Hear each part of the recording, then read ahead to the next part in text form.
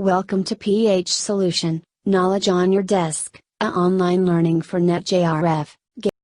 कि स्टूडेंट को कुछ पूछना है कल की क्लास के बारे में तो आप अपने आप हाँ, अगर लास्ट क्लास में किसी भी पार्टिसिपेंट को कुछ पूछना है तो जीवितेश सर हमारे साथ में हैं। आप अपने मैथमेटिकल फिजिक्स के डाउट पूछ सकते हैं अभी तक के जो भी रहा है।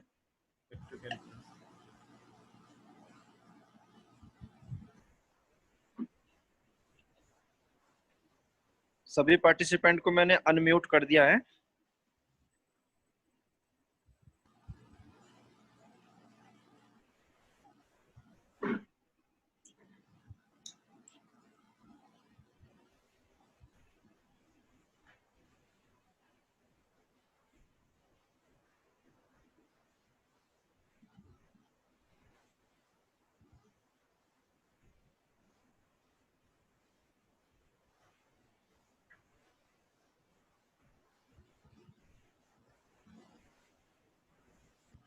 आ रहे हैं अभी लोग।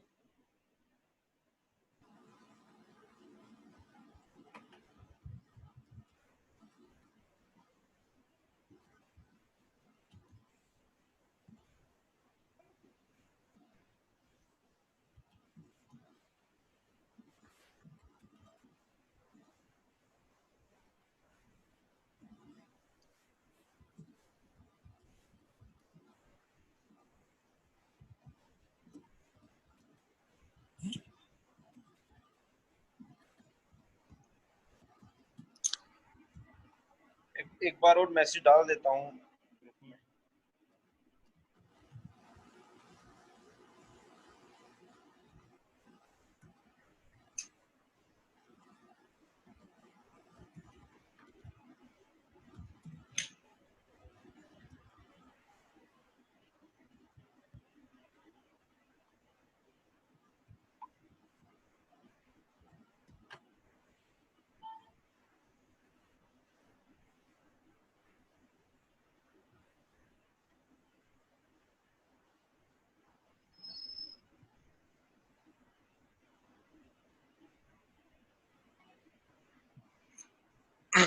ठीक है जीवितेश सर, फिर स्टार्ट करते हैं। हम लोग आते रहेंगे तो मैं ऐड करता रहूंगा। तो सभी लोग का स्वागत करता हूँ। मेरा नाम है जीवितेश। कल हम मैथमेटिकल स्टार्ट किया था और कल हमने वेक्टर कैलकुलस की कुछ प्रॉब्लम सॉल्व की थी। ऐसे अब हम अपना जो मैथ का सिलेबस देखते हैं तो उसमें आवाज आ रही है सर मेरी सही? कुछ हाँ सर, थोड़ा सा कम है। अगर आप माइक्रोफोन पास ले लेंगे तो अच्छा रहेगा। अभी आ रही है सर? हाँ अब ठीक है, अब ठीक है।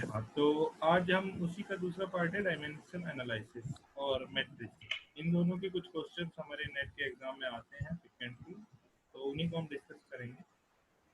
जैसे सर ने एक दिन बताया भी था आपको, डायमेंशन फिजिक्स में बड़ा इंपॉर्टेंट पार्ट है और बेसिकली जब हमारे पास ऑप्शनल क्वेश्चन होते हैं तब, तो ऑप्शनल आंसर जब हमारे पास होते हैं तो उनमें से हमको चूज करने के लिए डायमेंशन एनालिसिस बहुत जरूरी होता है। तो ऐसे ही एक क्वेश्चन हमारे पास आया था, तो ये आप जरूर जो लोग तैयारी कर रहे होंगे उनको रिमेम्बर होगा। विच quantity has the unit of temperature. तो ये नीचे चार ऑप्शन दिए हुए हैं जहाँ पर H है, C है, Kb है और G है। बेसिकली जो H है वो प्लैंक कांस्टेंट है, Kb बोल्ट्जमैन कांस्टेंट है, G ग्रेविटेशनल कांस्टेंट है, C स्पीड ऑफ लाइट। तो इन चारों कांस्टेंट के कॉम्बिनेशन से हमारे चार ऑप्शन बनाए गए हैं और चारों ऑप्शंस में हमसे ये पूछ रहे हैं कि इन कॉम्बिनेशन में किसकी डायमेंशन टेम्परेचर के इक्विवेलेंट हो। ठीक है। अब पहली चीज तो ये है कि अगर हमें कोई भी डायमेंशन सोल्व करनी है तो पहले हमें सभी की डायमेंशन पता होगी ना। तो हम क्या करते हैं, चारों जो प्लैंक हमारे कांस्टेंट है सबकी अलग अलग डायमेंशन लिख लेते हैं। पहली डायमेंशन H है, H Planck constant ml2t-1, G gravitational constant m1 m-1 L3 t-2, K Boltzmann constant ml2 t-2 थीटा-1 और C Lt-1। अब देखो क्या होता है, ये हमारे पास ऑप्शनल आंसर है। यहाँ पर हमको पूरा क्वेश्चन तो सोल्व करना नहीं है, हमको क्या करना है, राइट आंसर टिक करना है ना। अब यहाँ से जब हम चारों डायमेंशन की एनालिसिस करते हैं हम देखते हैं कि टेम्परेचर का फंक्शन केवल बोल्ट्जमैन कांस्टेंट में है, ना प्लैंक कांस्टेंट में है, ना ग्रेविटेशनल कांस्टेंट में है, ना स्पीड में। तो अब हमारा जो आंसर क्वेश्चनर है वो हमसे पूछ रहा है कि इन 4 यूनिट में से 4 जो कंपोजिशन है या 4 जो ये फॉर्मूला लिखा है बेसिकली, तो इसमें से किसका टेम्परेचर आएगा, किसकी यूनिट। अब हमें पता है कि बोल्ट्जमैन कांस्टेंट में ही टेम्परेचर आता है, बाकी किसी में आता नहीं है। अब यहाँ पर अंडर रूट है और यहाँ पे थीटा की पावर -1 है। इट मीन्स जो हमारी जिस भी ऑप्शन में प्रोपोर्शनैलिटी 1/√kb होगी, 1/√kb², 1/√kb², वही ऑप्शन सही होगा, अदरवाइज दूसरा ऑप्शन होने की कोई चांस सही नहीं। तो यहाँ से हमको पता चल गया कि भाई डी ऑप्शन तो सही नहीं होगा, ए बी सी होगा। अब ऐसा मैं क्यों कह रहा हूँ कि मैंने ये कहा कि ये नहीं होगा, बाकी 3 होंगे। तो जब आप ऑप्शनल क्वेश्चन कर रहे होते हैं तो उसमें एक चीज ये ध्यान रखिए कि हमको सही आंसर तो चूज करना ही है, उसके साथ साथ हमको एक दूसरी ट्रिक भी यूज करनी है, वो ये है कि कितने आंसरों को हम गलत प्रूफ करते हैं, है ना। तो जिससे हमको क्या होगा, क्वेश्चन सोल्व करने में आसानी होगी और जल्दी हम सही आंसर की तरफ पहुंच पाएंगे। वैसे तो नेट के एग्जाम में कभी भी टाइम कंज्यूमिंग नहीं होता है, टाइम काफी होता है, लेकिन फिर भी यहाँ पर हम उसको यूटिलाइज कर सकते हैं उस टाइम को दूसरे किसी क्वेश्चन पे। तो जब हमने यहाँ से देखा तो as the dimension of K V we can understand the option 4 is not correct because the T is always proportional to 1/kv, और 1/kv कब आएगा, जब अंडर रूट में स्क्वायर होगा, क्योंकि स्क्वायर ऑप्शन है ना। Option 3 also is incorrect because G is, अब देखिए दूसरी चीज हम देखने की कोशिश करते हैं, 3 भी गलत होगा क्योंकि जी की डायमेंशन -1 के इक्विवेलेंट है ना, और -1 में है, और जी यहाँ पर क्या आ रहा है, ऊपर की तरफ अकेला आ रहा है, लेकिन ऐसा हो नहीं सकता है ना, क्योंकि m को हमको कैंसिल करना पड़ेगा। तो तीसरा ऑप्शन भी हमारा गलत है ना, will not cancel, m cancel नहीं होगा। तो अब हमारे पास 2 ही ऑप्शन बचे, ए और बी। अब इनमें से किसी एक पे अप्लाई करके देख लेते हैं कि अगर पहले पे ही सही हो गया तो आंसर ठीक है, अदरवाइज दूसरे पे लगा के देखेंगे, है ना। तो अब हम क्या करते हैं, पहले पे अप्लाई करते हैं। पहले की डायमेंशन लिख लिया Ml2T-1, ऐसी दूसरे की डायमेंशन देखिए Lt-1, और वहां पर पावर 5 है तो 5 हो गया, Ml2T-4 यहाँ पर 2 पावर है तो ये यहाँ पर 2 मल्टीप्लाई हो गया पावर में, और ऐसे यहाँ पर सिंगल है तो ये रहने दिया। अब जब हम देखते हैं कि m की पावर यहाँ पर +1 है और यहाँ पर ऊपर कोई m है नहीं, नीचे -2 ये वाला आ गया और एक ये वाला आ गया, है ना, ये माइनस वाला ऊपर +1 हो गया। ऐसी l की पावर में यहाँ पर 2 है, 5 यहाँ पर प्लस की आ गई, और नीचे से -4 ये चली गई और -3 ये चली गई, इस तरीके से। टी पे ऐसे यहाँ पे 1 आ गया, यहाँ पे -5 आ गया, फिर +4 आ गया ये वाला, है ना, और ये +2 हो गया। ऐसे ही थीटा की यहाँ पर -2 की ऊपर +2 हो गया, तो यहाँ पर ये 0 हो गया, यहाँ पर फिर 0 हो गया, है ना, और यहाँ पर भी ये 0 हो गया, फिर -6 हो गया, +6 0 हो गया, यहाँ पर 2 बच गई। तो इट मींस हमारा पहला ही ऑप्शन सही हो गया, है ना। सम टाइम अब होगा क्या, एक्चुअली यहाँ पर आप जब हम ये क्वेश्चन प्रॉब्लम सोल्व कर रहे होते हैं तो हमको ये डायमेंशन याद नहीं रहती है ना, क्योंकि ये 12th में हम याद कर रहे होते हैं, एमएससी में हम बेसिकली भूल जाते हैं। तो लेकिन इसका एक तरीका और है, तो वो जो आपको याद कर सकते हैं, जैसे some time we can forget the dimension so we can recall some well known formula related to this quantity. तो जैसे आप सभी को पता है एच न्यू एनर्जी होती है, ये जरूर आपको याद होगा। ऐसे ही केवी केटी एनर्जी के प्रोपोर्शनल होता है, ये भी सभी को याद होगा। mc स्क्वायर एनर्जी होती है, ये सबको याद होगा। फिर ऐसे ही न्यूटन फॉर्मूला याद होगा। तो यहाँ से भी हम डायमेंशन कैलकुलेट कर सकते हैं, है ना। तो ये तरीके this is also be helpful. I think पहला क्वेश्चन क्लियर हो गया होगा। तो ऐसे ही दूसरा क्वेश्चन एक हमारे पास फिर आया था कि नेट के एग्जाम में, यहाँ पर ये लिखा था which has the dimension of scattering cross section. अब scattering cross section it means area, है ना। तो एरिया की डायमेंशन हमको निकालनी है। यहाँ पर भी HCE दे रखा है, H वही Planck constant, C speed of light और E एनर्जी, है ना। तो फिर अब हमको डायमेंशन क्या चाहिए, L स्क्वायर चाहिए, है ना। तो L स्क्वायर के लिए पहले हम H की देखेंगे, H की ये होती है, S की ये होती है, और यहाँ पर है ना। तो L स्क्वायर देखने के लिए अब हमारे पास L की कब आएगी, we are interested only in L and all have positive power of L। अब देखिए सभी के बीच में पॉजिटिव पावर है, यहाँ पर भी, यहाँ पर भी और यहाँ पर भी। तो आप कहेंगे as we observe that H and E have both have same M and L। अब देखिए यहाँ पर ML की पावर, यहाँ पर भी ML2 है, यहाँ पर भी ML2 है। इट मीन्स ये दोनों सेम है तो ये कैंसिल होंगे, तभी आंसर आ सकता है। तो इट मीन्स ये अपोजिट में रहेंगे कहीं पर, है ना, with the same power, so they should opposite and C have only L. अब सी में केवल एल पावर है एक, आंसर में हमको चाहिए दो, तो जो ये चार ऑप्शन है उसमें सी स्क्वायर का कॉन्सेप्ट जरूर आना चाहिए। देखिए इसमें सी स्क्वायर नहीं आएगा, इसमें सी स्क्वायर नहीं आएगा, इसमें सी स्क्वायर आने के चांसेस हैं, इसमें नहीं है, तो हमारा सी ऑप्शन मोस्ट प्रॉब्ली हो सकता है ना। ये केवल इसलिए मैं बोल रहा हूँ सारी चीजें, ये इसलिए कह रहा हूँ कि जिससे आपको सही आंसर की तरफ आप इजीली जा सकें, है ना। तो अब आप क्या करेंगे, सी ऑप्शन हमारे लिए डोमिनेटिंग हो गया, तो सी ऑप्शन पर हम अप्लाई करके देख लेंगे। अप्लाई करके देखा तो यहाँ पर ml2 t - 1 lt - 1 ml2 t - 2, यहाँ पर देखा तो m की पावर यहाँ पर +1 थी, यहाँ पे माइनस आ गया, एक यहाँ m1 - 1 l की यहाँ पर 2 है, एक है, और एक माइनस नीचे से चला गया, ऐसे ही t की पावर -1 प्लस। तो यहाँ से सॉल्व करने के बाद हमें पता चलता है कि एल की पावर 2 हमारे पास आ गया, तो ऑप्शन सी इज करेक्ट, है ना। तो ये दो टाइप के क्वेश्चन नेट में आए हैं, क्योंकि ये थर्ड टाइप का क्वेश्चन है, ये मैंने कभी एग्जाम में नहीं देखा, लेकिन ऐसा आने के चांसेस है। अभी तक क्या था कि पहले जितनी भी ये दोनों क्वेश्चन थे, इसमें जितने कांस्टेंट दिए थे उसमें हमको वैल्यू दी हुई थी। जीवितेश सर एक मिनट के लिए डिस्टर्ब कर रहा हूँ। हाँ कोई नहीं। सर स्टूडेंट ये बोल रहे हैं कि जो आपने आज मीटिंग का लिंक भेजा है ना, तो वो उस पर क्लिक कर रहे तो वो कल वाला लिंक दिखा रहा है, उस पर ज्वाइन नहीं कर रहा, तो अभी जो मीटिंग चल रही है उसका लिंक चाहिए होगा। तो आप कैसे कर रहे थे? ये आप लोगों ने, हम लोगों ने भी तो उसी से ज्वाइन किया। अच्छा पता नहीं यार, तो मैं सोचा एक बार आपसे पूछ लूं। हाँ तो आपको दोबारा आपने फॉरवर्ड तो कर दिया ना फिर, ये है ना। नहीं मैंने तो वही फॉरवर्ड किया, तुमने मुझे भेजा था, मुझे तो जूम पे ही मैसेज आया था, मैं तो वहां से ज्वाइन किया।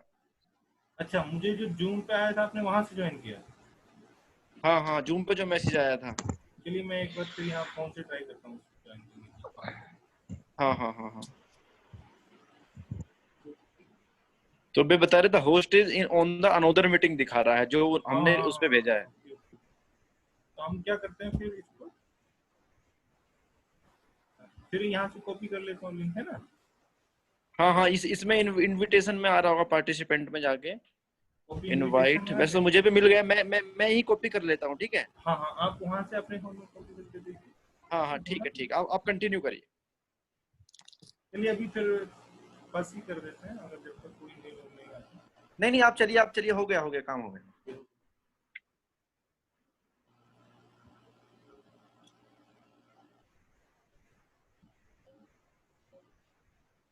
जी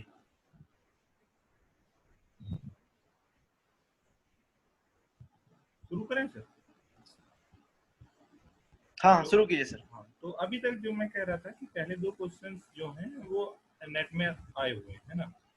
अब लेकिन ये तीसरा क्वेश्चन है, मुझे इंटरेस्टिंग लगा इसलिए मैंने यहाँ पर इंक्लूड कर दिया। आई डोंट नो कि ये कभी एग्जाम में आया भी है या नहीं, मुझे कहीं पर मिला है ना। तो ये इंटरेस्टिंग इसलिए है कि अभी तक जो क्वेश्चन है उसमें आपको वेल नोन वैल्यू दी हुई है, ये टाइम, ये प्लैंक कांस्टेंट है, ये स्पीड ऑफ लाइट है, व्हाटएवर, ये इस तरीके की चीजें हैं। लेकिन यहाँ पर एक कॉमन फॉर्मूला आपको दे दिया, कंसीडर दिस इक्वेशन, एक इक्वेशन है जहाँ पर v equal to a t square plus b t cube है, then what is the unit of a upon b, ये आपसे पूछ रहा है ना। t कुछ भी हो सकता है, हमें तो यहाँ पर टाइम को मैं डिनोट कर रहा हूँ, यहाँ कुछ भी हो सकता है, कोई मैटर नहीं करता, है ना। तो आप हमसे ये पूछ रहे हैं, तो डायमेंशन एनालिसिस ये कहती है कि भाई सेम यूनिट ही आपस में ऐड हो सकता है। तो देन क्या होगा, we don't know about the B A and B, then unit of AT square unit of BT is equal to B। ये क्या डायमेंशन एनालिसिस कहती है कि सेम यूनिट में ही ऑपरेशंस।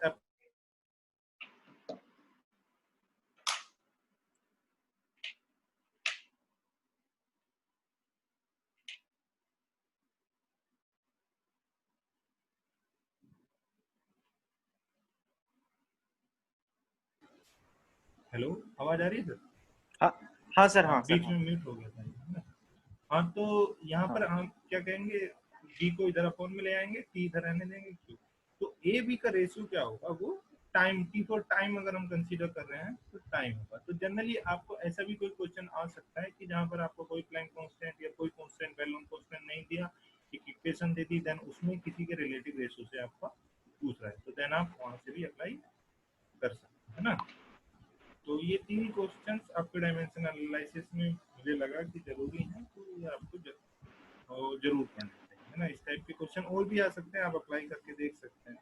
जनरली पहले एक क्वेश्चन बहुत आता था वंडरवाल्स इक्वेशंस में, जब हम देखते हैं ना वहाँ से ए और बी में, तो ऐसे क्वेश्चन डायमेंशन के आते हैं।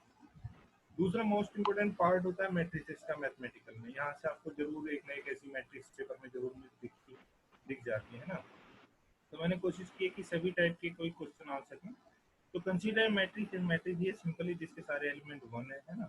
Then the value eigen value of m, तो अब हमको आइगन वैल्यू चाहिए, है ना। तो आइगन वैल्यू इसको निकालने से पहले हम दोबारा हम फिर क्वेश्चन पढ़ रहा हूँ कि एक मैट्रिक्स दी है, 3x3 की मैट्रिक्स है जिसके सारी एलिमेंट 1 है।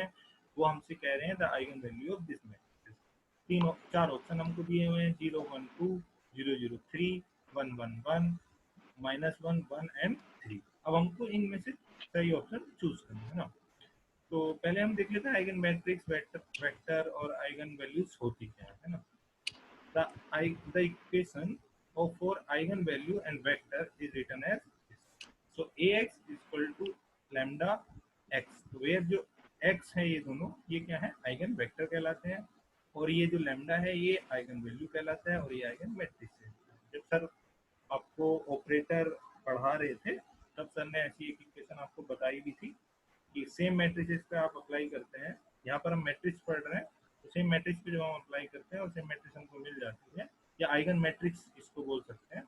तो और एक कांस्टेंट अगर हमारे पास बाहर मिल रहा है, ये कांस्टेंट है, मैट्रिक्स नहीं है, ध्यान रखिएगा, है ना। ये कांस्टेंट है, तो यहाँ से हमको एक जो वैल्यू मिलती है यही हमारी आइगन वैल्यू कहलाती है ना। अब इसको निकालने का तरीका क्या था कि एक डिटर्मिनेंट बना लेते हैं, determinant matrix a minus lambda I equal to 0। अगर हम इसको सोल्व करें और लैम्डा को फाइंड आउट करें तो हमारे पास क्या मिल जाएगा, इस मैट्रिक्स के लिए और इस आइगन वेक्टर के लिए हमारे पास आइगन वैल्यू मिल जाती है ना। तो यहाँ से अगर कोई matrix a n by n order की है तो उसके n अलग अलग आइगन वैल्यू होंगी। तो यहाँ पर जब हमारी 3x3 की मैट्रिक्स है तो ध्यान रखने वाली बात है कि हमारे पास 3 ही अलग अलग वैल्यूज होंगी। हो सकता है कि 2 वैल्यू एक सी हो या तीनों की तीनों वैल्यू एक सी हो, लेकिन 3 जरूर होंगी, है ना। तो अब हम अगर ये प्रॉब्लम सोल्व करें तो हम प्रॉब्लम इस तरीके से सोल्व नहीं करेंगे, ठीक है, ध्यान रखिएगा, क्योंकि यहाँ पर हमारे पास ऑप्शनल आंसर है, हमको आंसर सोल्व नहीं करना है, हमको केवल आंसर ढूंढना है। तो इसको आंसर को सोल्व करने का मैं जिस तरीके को यूज करता हूँ, मोस्टली मुझे लगता है जो भी लोग हम ऑप्शनल की तरफ ध्यान देते हैं उसी तरीके से सोल्व करते हैं। हमने मान लिया कि we can solve this problem for the eigen values. हम मान सकते हैं कि इनकी क्योंकि 3x3 की इक्वेशन है तो 3 इसकी आइगन वैल्यू होंगी, लैम्डा 1 लैम्डा 2 लैम्डा 3, है ना। तो मान लिया हमने 3 इसकी आइगन वैल्यू है और m इसका डिटर्मिनेंट, ये मैट्रिक्स हमको दी है उसका डिटर्मिनेंट। ये कंडीशन होती है किसी भी मैट्रिसेस के लिए कि उन तीनों का मल्टीपल, इन तीनों का आइगन वैल्यू का multiple always equal to the determinant of that matrix. ये हमेशा कंडीशन फॉलो करेगा। तो हमने मान लिया कि 3 आइगन वैल्यूज हैं इसकी, लैम्डा 1 लैम्डा 2। दूसरी कंडीशन क्या होती है, उस मैट्रिक्स का ट्रेस। अब ट्रेस क्या होता है, trace means sum of diagonal element. अगर सपोज ये जो इसका प्रिंसिपल डायगोनल है ये, इसके जो एलिमेंट्स का सम होगा वो कितनी भी हो सकती है, उन सब का सम क्या होगा, हमेशा ट्रेस कहलाता है, ट्रेस ऑफ मैट्रिक्स। तो 1 + 1 + 1 ऐसी अगर और भी वैल्यूज होती तो वो सब क्या कहलाता है, ट्रेस। तो ट्रेस ऑफ मैट्रिक्स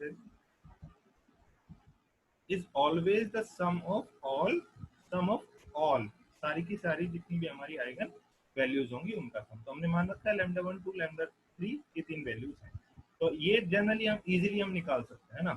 तो such a matrix which have the rank. अब एक कॉन्सेप्ट और ध्यान रखिएगा जो हमको याद रखना है कि अगर ये मैट्रिक्स हैव रैंक 1, अगर कोई ऐसी मैट्रिक्स है जिसकी रैंक 1, रैंक क्या होता है, आप देखते हैं कि जिसका डिटर्मिनेंट 0 ना हो, छोटी से छोटी वैल्यू, छोटी से छोटे ऑर्डर की ऐसी मैट्रिक्स जिसका डिटर्मिनेंट 0 नहीं होता है वो क्या कहलाती है, रैंक कहलाती है ना।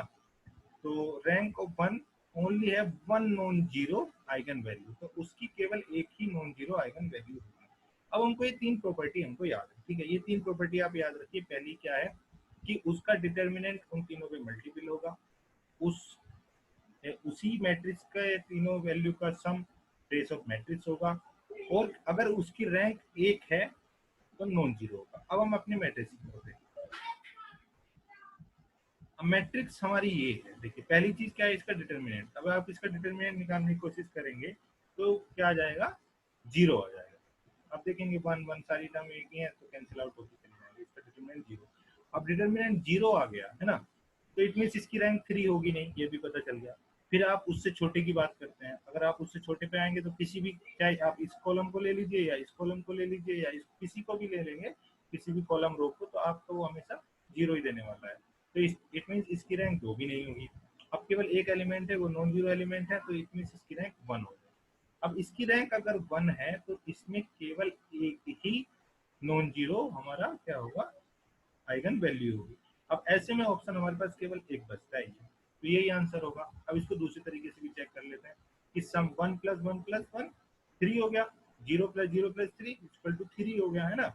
अब हमने बोला था कि इसका डिटर्मिनेंट इनका मल्टीपल होना चाहिए, तो 3 × 0 × 0 0 हो गया, है ना। तो हम क्वेश्चन को सोल्व करने के लिए जो जनरल टेक्निक है वो नहीं अप्लाई करेंगे, हम वो टेक्निक यूज करेंगे जो हमारे पास याद है। तो इस तरीके की आपको जो प्रॉपर्टीज हैं वो मैट्रिसेस की याद रखनी पड़ेंगी, जो आपको क्वेश्चन सोल्व करने में बेनिफिशियल। या फिर सिंपली अगर आप कभी सपोज कीजिए कुछ भूल गए, आपको याद नहीं आ रहा है, तो वही यही तरीका है ही, 1 माइनस जो भी डायगोनल एलिमेंट है उनमें से आप लैम्डा को सब्ट्रैक्ट कर दीजिए, यहाँ पर एक कैरेक्टरिस्टिक इक्वेशन बना लीजिए, और फिर उसको सोल्व करने के बाद आपका आंसर मिल जाता है ना। मुझे नहीं लगता कि मुझे ये कैलकुलेशन करने की जरूरत है।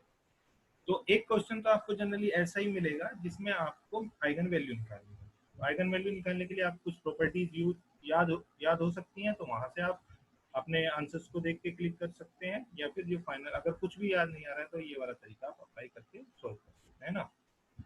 दूसरा क्वेश्चन कुछ इस टाइप का भी आ जाता है ना, ऐसा क्वेश्चन आया है, ये इसी मैट्रिक्स के लिए, अगर सेम ये दोनों क्वेश्चन एक साथ ही आए थे, जब आए थे, द एक्सपोनेंशियल ऑफ m, जो m मैट्रिक्स ऊपर अब हमें m मैट्रिक्स दी है, उसी में e⁻m अगर एक्सपोनेंशियल हो तो वो उनमें से ये चार ऑप्शन है। पहला option e⁻m = i + e⁻3 - 1/3 × m, इसी तरीके से ये ऑप्शन है, और एक ये ऑप्शन है, और ये ऑप्शन किसको सेटिस्फाई कर रहा है।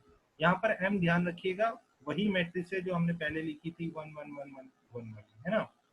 अब एक चीज देखिए कि चार ऑप्शन हमारी तरफ आने हैं, ऑप्शन से आंसर ढूंढने की कोशिश किया कीजिए, जो मतलब हम लोग को किसी भी जो ऑप्शनल एग्जाम होते हैं उसमें बेनिफिशियल है। अब देखिए आंसर ये हो सकता था अगर यहाँ पर ये सीरीज हो जाता, डॉट डॉट डॉट हो जाता, तो सिंपली e⁻x का कॉम्पोनेंट x का एक्सपोनेंशियल एक्सपेंशन हो जाता, लेकिन यहाँ पर डॉट डॉट नहीं दिया है तो ये नहीं है, और ये होगा भी नहीं, है ना, तो ये हमारा कैंसिल हो गया आंसर। अब हम इन तीनों में इंटरेस्टेड हैं। अब यहाँ से आप देखिए कि 3 आ रहा है बार बार, इसमें भी 3 आ रहा है, इसमें भी 3 आ रहा है ना, इसमें कहीं पर नहीं आ रहा, तो इस 3 का कहीं ना कहीं रोल है। अब यहाँ से ये मैं इसलिए बता रहा हूँ ये सारी चीजें कि कभी कभी क्या होता है, हमको कुछ चीजें याद नहीं रहती है एग्जाम में, है ना, तो हमको आंसर से ही अपना हिंट ढूंढना होगा कि कहाँ से हम क्वेश्चन का आंसर निकाल सकते हैं। अब 3 कहीं पर हिंट कर रहा है कि जो इस मैट्रिक्स का जो आइगन वैल्यू है वो 3 है, तो वहां पर कहीं आइगन वैल्यू का तो रोल नहीं है, तो वहीं उसी तरीके से इसको सॉल्व करते हैं। सिंपली हमें कुछ नहीं पता, हमें बस इतना पता है कि e⁻m दिया हुआ है, इसको निकालना है, तो हमको पता है कि एक्सपोनेंशियल ये इस तरीके से खुलता है। e⁻m हमने खोल लिया, तो ये एक्सपेंशन है, सिंपल e⁻x होता तो भी इस तरीके से खुलता, 1 + x समथिंग समथिंग। तो इसी तरीके से यहाँ पर क्योंकि मैट्रिक्स में है तो 1 की जगह पर हम i यूज करते हैं ना। अब यहाँ से आगे आपको देखना है कि ये कैसे सोल्व होगा। आप देखते हैं कि ये कैरेक्टरिस्टिक इक्वेशन होती है m - λ = 0। अब आप क्या करेंगे कि इसको इधर ले जाएंगे, ये हो जाएगा। अब मैं क्या करूंगा, मैंने इधर m से मल्टीप्लाई कर दिया, इधर से m से मल्टीप्लाई किया, इधर भी m आ गया। अब आप देखते हैं कि जब इधर मल्टीप्लाई करते हैं तो m² हो गया, और यहाँ पर लैम्डा m आ गया।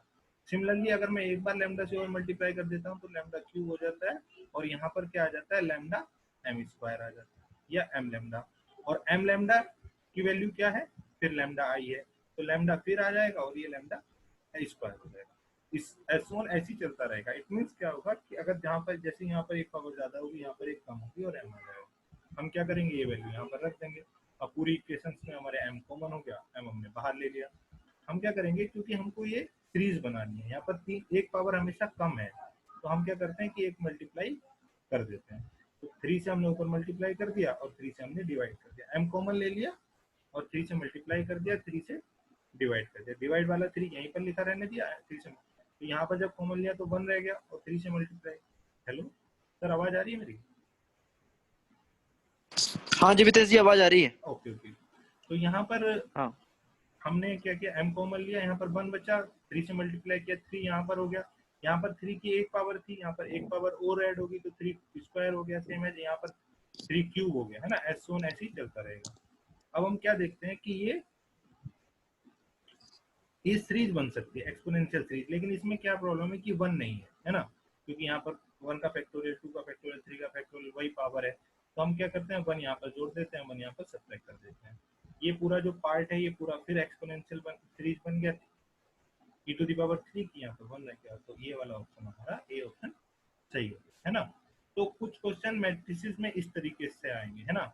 यहाँ पर आपको एक्सपोनेंशियल सीरीज भी, इट मींस ये क्वेश्चन आपका दो चीजों को मिला रहा है, सीरीज एक्सपेंशन भी आपको याद होना चाहिए और मैट्रिक्स की प्रॉपर्टी भी आपको याद होनी चाहिए, है ना।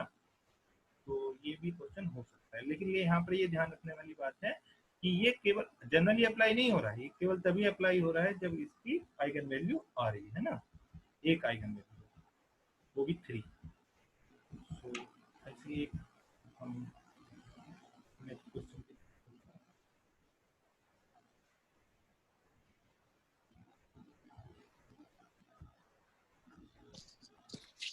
ऐसा क्वेश्चन आपको फिर देखने को मिल सकता है। अभी ये मैं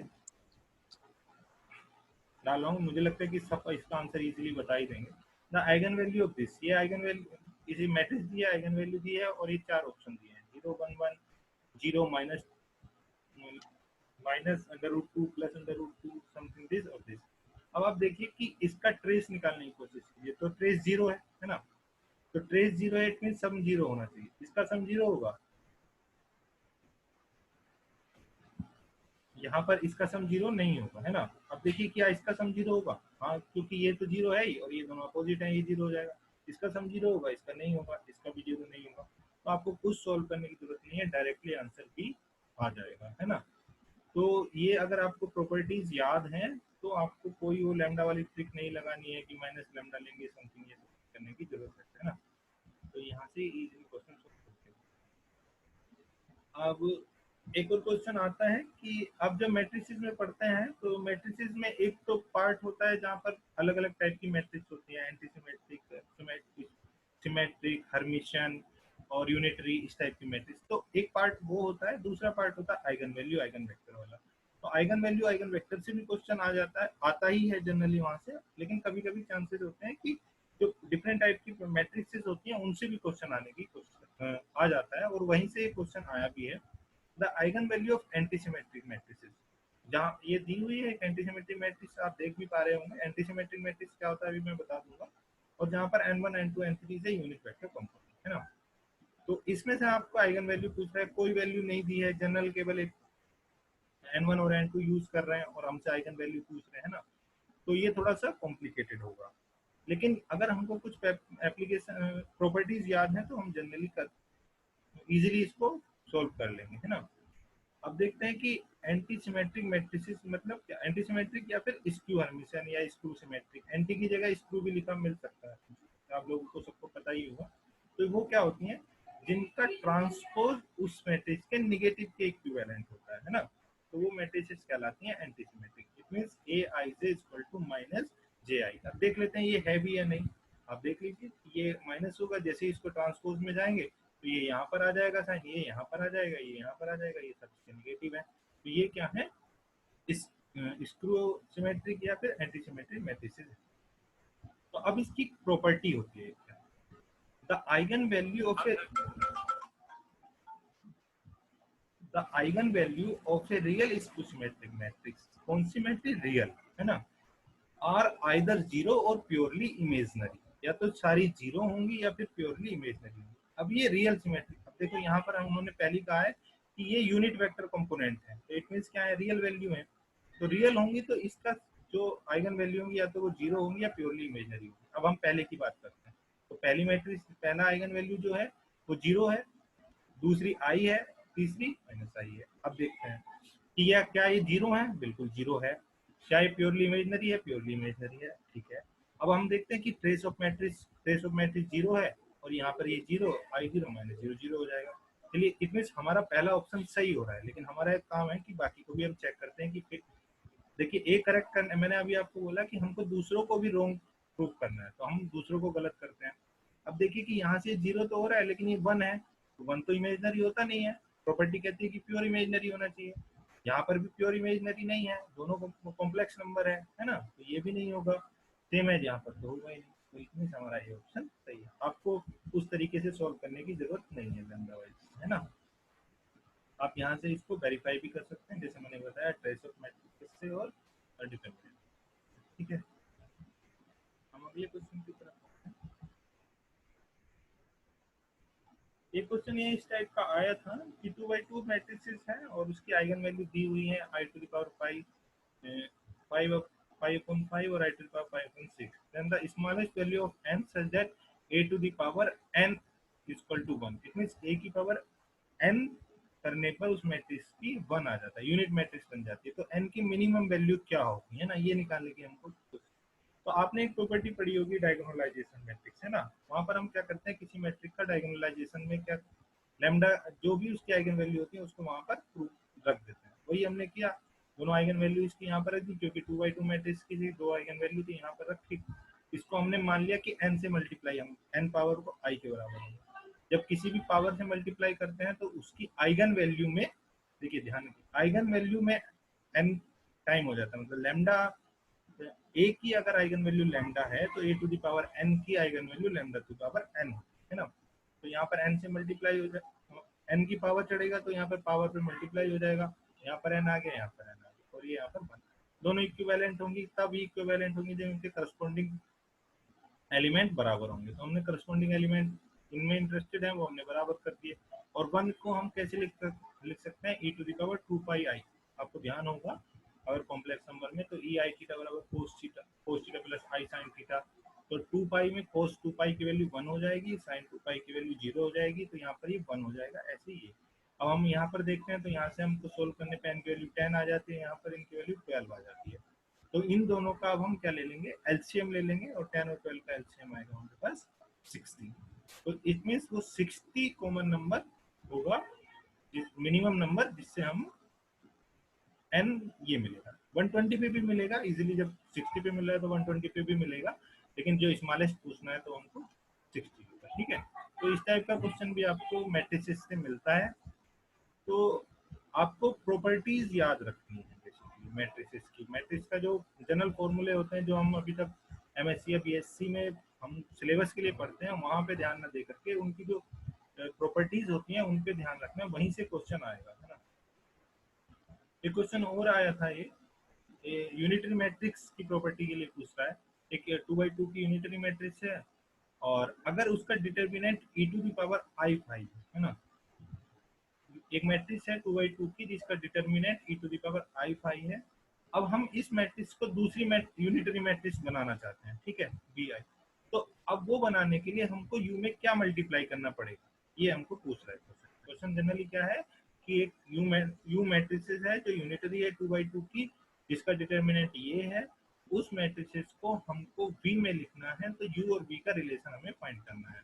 तो उसके लिए 4 ऑप्शन दिए हैं, multiply by u by this section, multiply by any single element this, और मल्टीप्लाई बाय एनी रो और column by this, and multiply by this. ये 4 अलग अलग ऑप्शन है।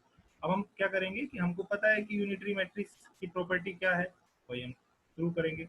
अब हमने दिया हुआ है कि, अब देखिए यहाँ पर थोड़ा सा, यहाँ पर इन्होंने आइगन वैल्यू नहीं दी लेकिन इसका डिटर्मिनेंट दे दिया। तो जो मैं अभी आपको बता रहा था कि डिटर्मिनेंट की प्रॉपर्टी क्या है कि उन दोनों का मल्टीपल होना चाहिए। तो हम ये मान के चल रहे हैं कि इसके दो बराबर बराबर यूनिटरी मैट्रिक्स है, तो दो एलिमेंट, दो आइगन वैल्यू होंगी जो ये हों।